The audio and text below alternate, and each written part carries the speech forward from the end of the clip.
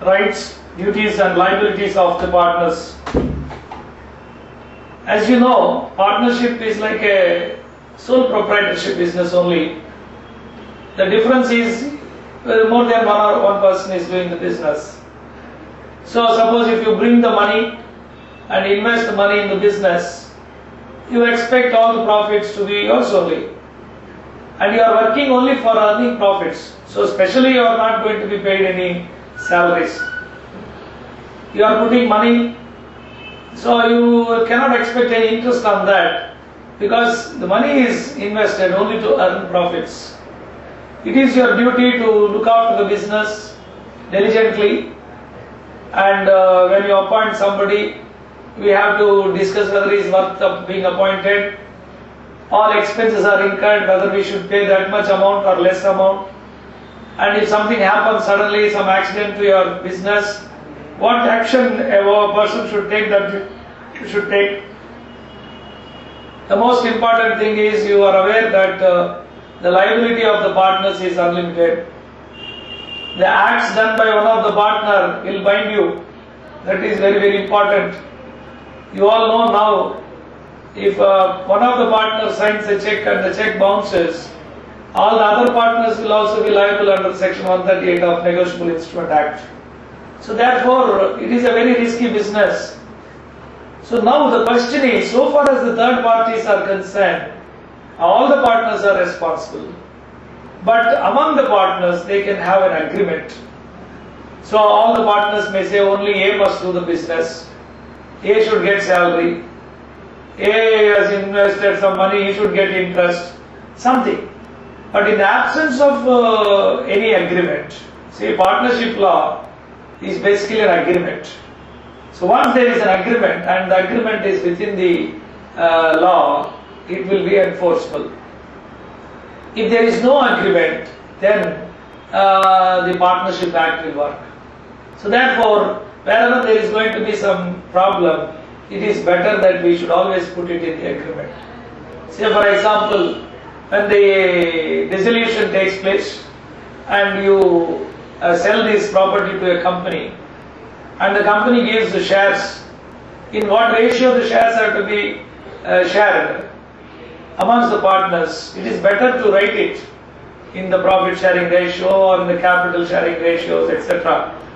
But if there is no such ratio, obviously the Partnership Act, which is silent, then normally the common sense, the rule of natural justice will come into play. So as you all are aware that when a company gives shares as a consideration for the takeover of the business of the partnership firm, and then you will have to share it in the ratio of the amounts due to the partners. What you are going to settle, that ratio must be applied. So, I repeat, first and foremost step is partnership is driven by agreement. If there is an agreement amongst the partners, then that agreement, the terms and conditions agreed upon will prevail. 2. If there is no agreement, then you should look for the Partnership Act. These are the two issues we are going to see. Now, one of the riskiness of a partnership business is, partnership is basically a trust. Because the parties close are very friendly or close and all, they invest, they try to do the business. It's mutual trust. So if you break that mutual trust, naturally the law comes into existence. For example, if a partner is doing a competing business, same business as that of the firm, if there is no agreement to the contrary, then he should not do it. Without knowing, without informing the other partners, if he does it, then whatever profits he has made because of that competing business, which is not allowed to be carried on, you will have to make good to the partners. It is like cheating. And it's not a criminal offense so long as other partners agree upon to be reimbursed. Similarly, partnership is a business where the name of the business is very important, like goodwill. So that goodwill is the business of the firm. When you sell the goodwill to somebody, then naturally you cannot carry on the business in the same name. So there will be certain provisions with regard to that. So All these points we are going to discuss, and most importantly, liability of partners is joint, several, unlimited. Even if it is because of one partner, all the other partners may get into untold troubles. And this is broadly the partnership business. But we are now going to read out, understand the various provisions of Partnership Act with regard to duties of the partners, what are the rights of the partners, and what are the liabilities.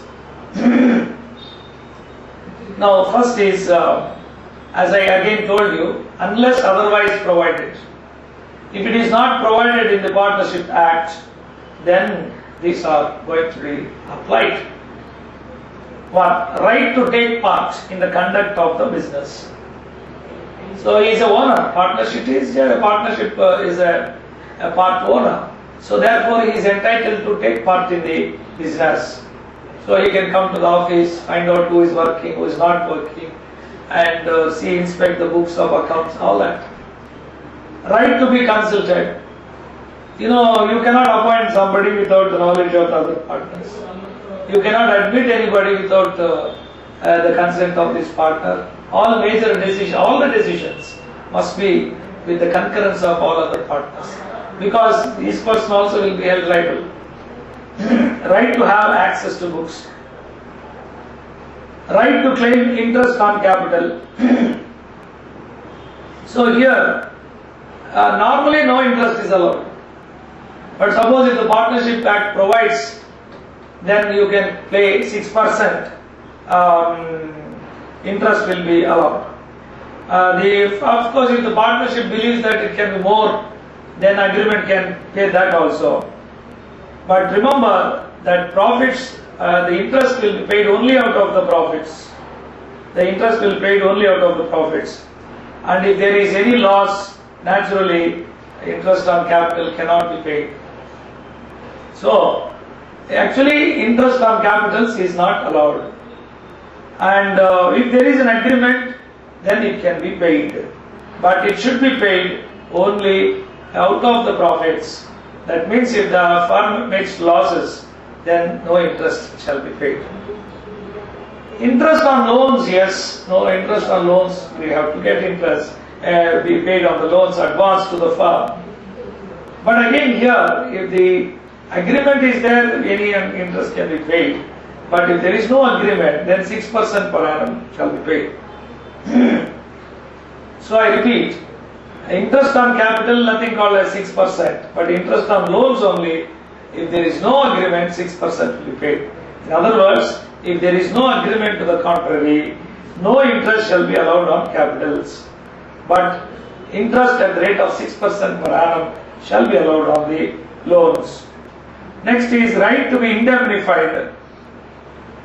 For example, what is this indemnity or reimbursement? If some creditor is coming and creating nuisance, or there is some dispute is there, and one of the partner goes to Delhi to sort out the matter, then he will incur expenditure to go to Delhi, stay there, negotiate, and then solve or don't solve, whatever it is. But he has gone on behalf of the firm, and the expenditures incurred by him is for the purpose of the business of the firm. Hence, it should be paid by the firm. That is called as indemnification. Right to use partnership property.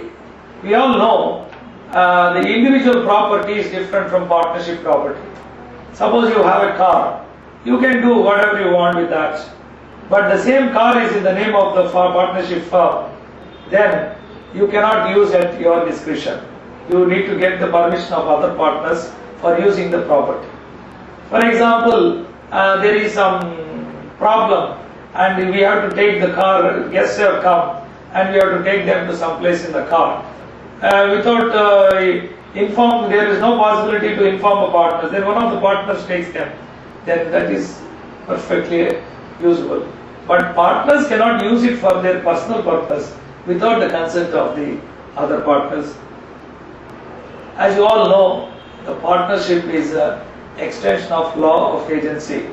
So therefore, any one of the partners can act when he acts on behalf of the firm with outside parties, his actions will bind the other partners. Right in emergency. Now, actually in emergency situations we cannot get permission, we cannot wait for the permissions. So we act. Any expenditure incurred, any liability incurred because of such action must be reimbursed. So long as it is done in good faith and it is for in the best interest of the firm. A partner has a right to retire. Now normally, if the partnership is at will, every partner can retire by just giving a notice. Otherwise, a partner has to retire by after the consent of all the other partners. If there is an express agreement provided saying that the terms and conditions on which a partner can be retired, that can be fulfilled. That should be fulfilled. So these right to not to be expelled is a very important right. See, partnership, there are about 6 partners, and so all of them join together and can dismiss one of the partners. So therefore, it is the right of every partner not to be expelled. Majority rule doesn't work. But then there are certain circumstances under which a partner can be expelled. Rule number 1. There should be a provision in the Partnership Act deed that any partner can be expelled subject to certain conditions. 2. It should be done, the act should be performed by all the majority of the partners acting in good faith. If it is proved that keeping this person as a partner will irreparably damage the business, in such cases they can do that. Now, right to do competing business, every outgoing partner has a right to carry on a competing business, but he should not use the firm's name or solicit the customers using the firm's name. In any way, he should not represent as the partner of the previous firm. That's very, very important. And suppose, for example, the partnership deed provides that a partner retiring shall not do a similar business for a specified period within the specified locality. That is also allowed, subject to reasonability in the clause. Right to share in the profits after retirement. The outgoing partner has a right to claim share in the profits of the firm or claim 6% interest per annum on the monies outstanding due to him till such time the amounts are finally settled. And this rule is applicable to in case of death of a partner also. That is called as the rights of the partners. Very important thing. Next is duties of the partners. As already briefly explained you that a partner is like a proprietor, so he has to take part in the business unless otherwise agreed. So partners are bound to carry on the business of the firm to the greatest common advantage, to be just and faithful to each other, and to render the true accounts and full information of all things affecting the firm to any other partner or his legal representative. Duty to indemnify for loss caused by fraud. He should attend to the business diligently. He must take active part in the business, not to carry on any other business. Only this happens when there is a restraint in the agreement. Not to claim any remuneration and to account for any including secret profits derived by him while carrying out a competing business. He cannot assign a share without the consent of all the partners. Suppose if a person does it, the partnership firm will be dissolved. So now comes the most important thing in the business is liabilities of a partner. And before that, if there is no agreement, all the partners will share equally, both losses and profits. That's very important. If suppose the partner, because on account of partner's willful neglect, the firm suffers some loss, then it should be paid to the other partners. by the defaulting partner. So liabilities of the partners are very clear and simple. A partner is liable for not complying with his duties. The firm is liable to third parties for all acts of the partners, including wrongful acts and omissions. The liability of the partners, as you all know, is unlimited, joint and several. When you are dealing with outside parties, and if the outside party deals with the firm in good faith, and then every partner is individually, severally liable to them. So, these are the issues with regard to the liabilities, duties and rights of a partner. Implied authority of a partner we already discussed earlier elsewhere. The authority of a partner to bind the firm for his acts. The rule is one. The third party will not be able to know what is the agreement between them. And if the third party has done their job in good faith, in the ordinary course of the business, then the firm will be liable. I gave one example in the beginning. That's what you please recollect about the stationery business. All the partners are buying the stationery from a particular wholesaler. The transactions are going on. The wholesaler is billing the firm and the firm is paying. One day a partner has taken the money, taken the goods, and without the knowledge of the other partners, that were used for personal purpose. They were used for personal purpose. Now the firm cannot deny this liability because the third party acted in the good faith and he does not know about all these things. The partner has been transacting with him. It is the stationery business done in the good faith. Suppose, for example, there is a textile business. There were 3 partners. During the New Year Eve, one of the partners went to a bar, wine shop, and purchased 1 lakh worth of goods, celebrated his New Year bash. The bill came to the firm, and other partners have refused to pay it. Here, you cannot say partner had an authority to bind the firm because this is not any raw material purchased for making garments. It is basically liquor served for entertaining, and that particular firm has never done any business with this. Therefore, we cannot say that the third party has acted in good faith. He has transacted with one of the partners as an individual, and there is no proof to show that the other partners were in agreement with that particular transaction. Therefore, the firm cannot be made liable, and it is only the partner of the firm in his individual capacity becomes liable. Another case also, there were a firm of solicitors, advocates, and one of the advocate had borrowed some money from a money lender, and he has given it promissory note on behalf of the firm, which he is not entitled to. He has no power also. The money lender wanted to sue the other partners using that implied authority concept. But here, borrowing loan is not the regular business of the solicitors. 2, this partner has not shown any authority to the money lender that he had an authority to take the loan on behalf of the firm.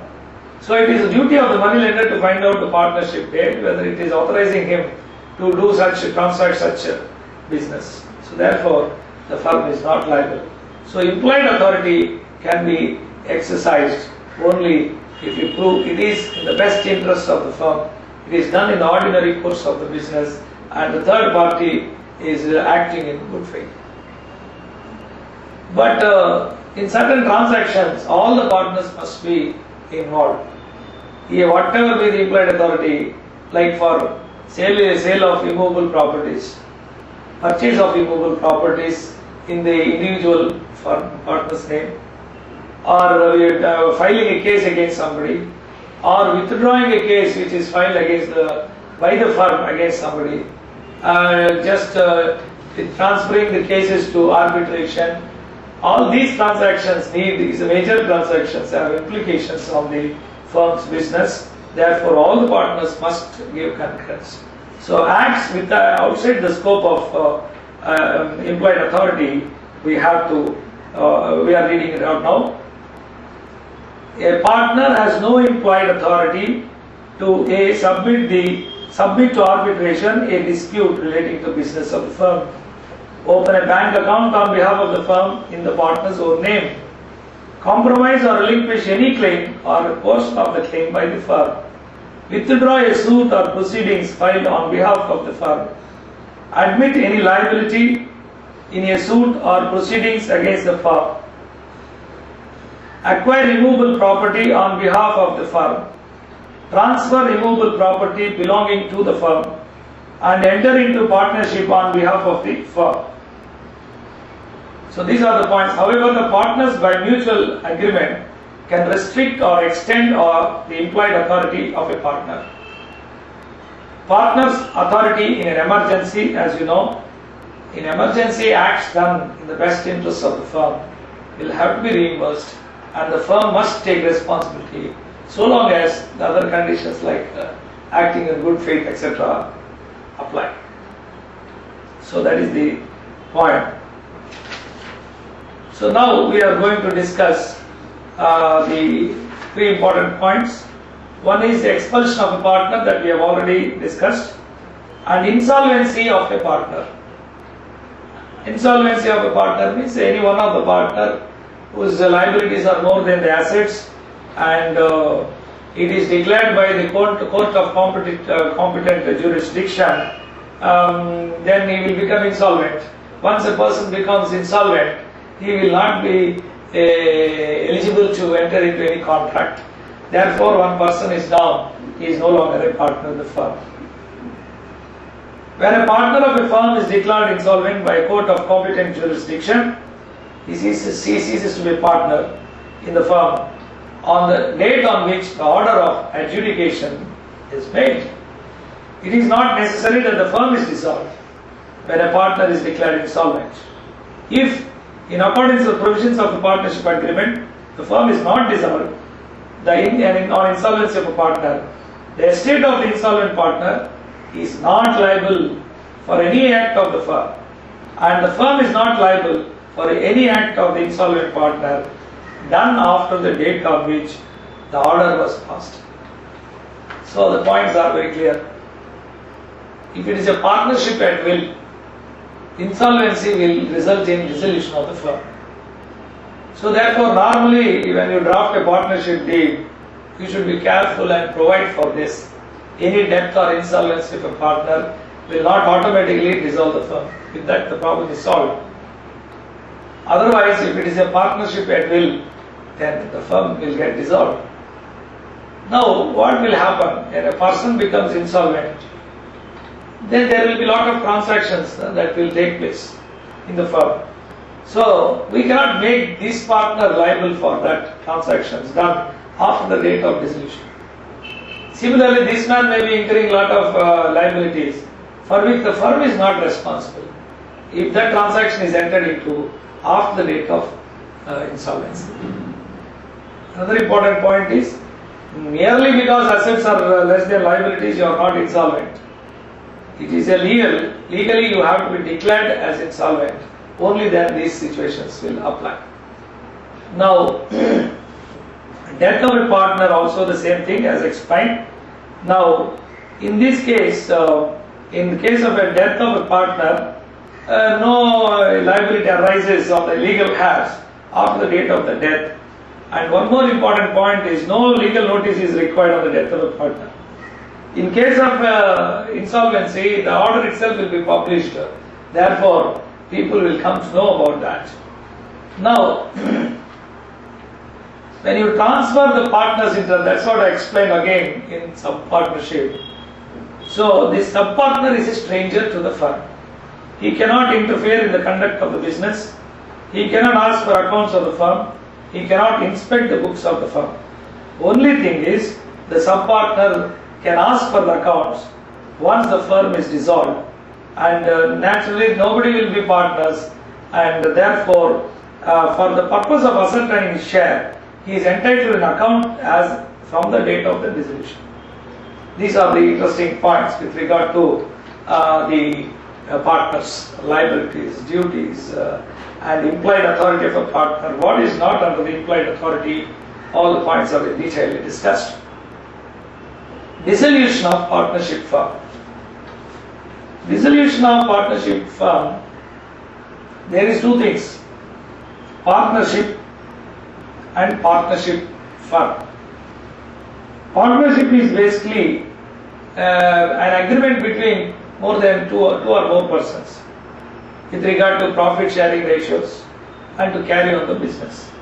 Suppose ABC are partners and A is dead or A retires, or ABCD is admitted. In both the cases, the partnership has changed. That is called as dissolution of partnership. Even alteration in the profit sharing ratios will also amount to change of partnership, dissolution of partnership. But dissolution of firm means the firm is dissolved, the business is closed. So naturally when such things happen, then the assets are sold and proceeds are paid off. After paying for the liabilities will be shared.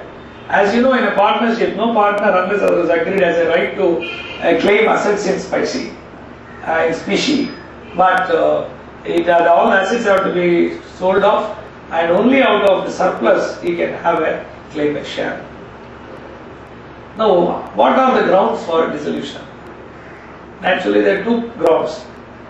The partners agree to dissolve, then that will become a no interference of court and the matter gets settled. But the partners are not willing, there is a dispute or some reason which requires intervention of the court. That is called as compulsory dissolution. So it is partners all agree to dissolve, that's called voluntary dissolution. Understand?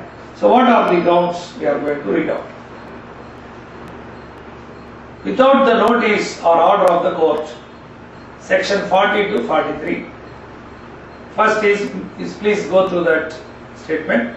By mutual agreement, section 40, if it is provided in the partnership deed that partnership can be dissolved by mutual agreement or at will, and mutual agreement, then it can be enforced. Compulsory dissolution. Suppose, for example, there are 5 partners, 4 partners become insolvent. Then where can be the partnership? Because partnership itself says that 2 or more persons. So it will become sole proprietor. Next is partnership is carrying on a business which becomes unlawful. Lottery business I am taking, it was legal till now. Suddenly the court has decided to cancel that, make it illegal, then the business closed. And section 42, on the happening of certain contingencies. That means, say the partners come to an agreement to execute a project, construction of a bridge. Only for that limited purpose, joint venture, they would like to continue. So that is agreed. And the bridge is constructed, partnership is dissolved. Or the last one is by giving notice of the intention to dissolve the firm. If it is provided in the partnership deed, then it is allowed. Next is by order of the court. 1. If a person if one of the partners becomes insolvent, insane, then naturally you cannot carry on the business. It is dangerous to the firm as well as to the insane person. Then somebody must appeal to the court, either the close relative of the insane person, because the liabilities will be unlimited. The firm may have to make this person liable. Therefore, the court will order dissolution of the firm. Payment incapacity. Suppose if the firm is not in a position to pay its debts, then what is the purpose of carrying on the business? It will be dissolved. Misconduct of the partners. Found in England, there were partners. One of the partner was having an illegal relationship with other partner's wife. So there is a lot of misunderstanding between these partners, and it is found that they cannot coexist because of this relationship. Therefore, the firm is dissolved by the court's order. Persistent breach of agreement, and if the partner is planning to transfer his interest, perpetual losses, and any other just an equitable ground, the firm can be dissolved. So, now what are the rights of the partners after the dissolution? Whether the same rights will continue till the entire proceedings are over? Yes. When there is a dissolution of the firm, all the partners are entitled to equitable distribution of the firm's property. Equitable is not equal. First step is the assets are sold. From the proceeds, liabilities are paid, and after that they will be paid according to their sharing ratio. And it is not that one firm is paid off and another thing. We also have proportionate capitals method and maximum loss method, etc. And suppose, for example, when the partner was admitted on a promise that the partner is paying 50,000 and is assured that 10 years that premium will, business of the firm will continue. So that 50,000 is the premium paid for that minimum 10 years. Suppose after 5th year the firm is dissolved, then the other partners must repay the proportionate premium. That is the right of a partner. Retain the use of firm's name and property. If the firm is dissolved, the partners are entitled to carry on using the name of the business unless otherwise agreed upon. And if somebody is doing mischief, one of the partners is found to be guilty of fraud, then they should be compensated, the other partners. So, but what happens is when the dissolutions take place, immediately we cannot close the firm. It will take some time where the gradual realization of assets and payment. Till then, who will do this entire activities? So all the partners continue to exercise the rights and powers conferred in the agreement or otherwise till the firm is, the transactions which have started after the date of dissolution, but the transactions which have started before the date of dissolution remaining incomplete. These are the points.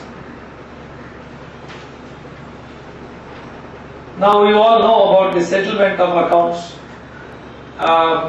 First, whatever money comes, we have to pay to the mortgage creditors. That is, if any creditor gives a loan against the pledge of buildings or machinery, when you sell the machinery itself, the loan will have to be paid off. Next is the creditors. Suppose creditors are 1 lakh rupees are there, the firm has only 60,000. All the creditors will get 60 paise for every 1 rupee of their claim. Next comes the loans. In case of loans given by partners, the amounts will be shared in the ratio of the capital sums. Suppose A given loan of 30,000, B gives loan of 20, and the amount available is 10,000. It will be shared in the ratio of 3:2. Then comes the partners. In distributing the money to the partners, we have to apply that proportionate capitals method or maximum loss method. Suppose if there is any insolvency of a partner and the deficiency arising on account of the insolvency of the partner must be borne by the solvent partners as in proportion to their capitals as on the date of dissolution. It is not in the profit share ratio as per Garner versus Murray rule. That's all. This completes the partnership acts.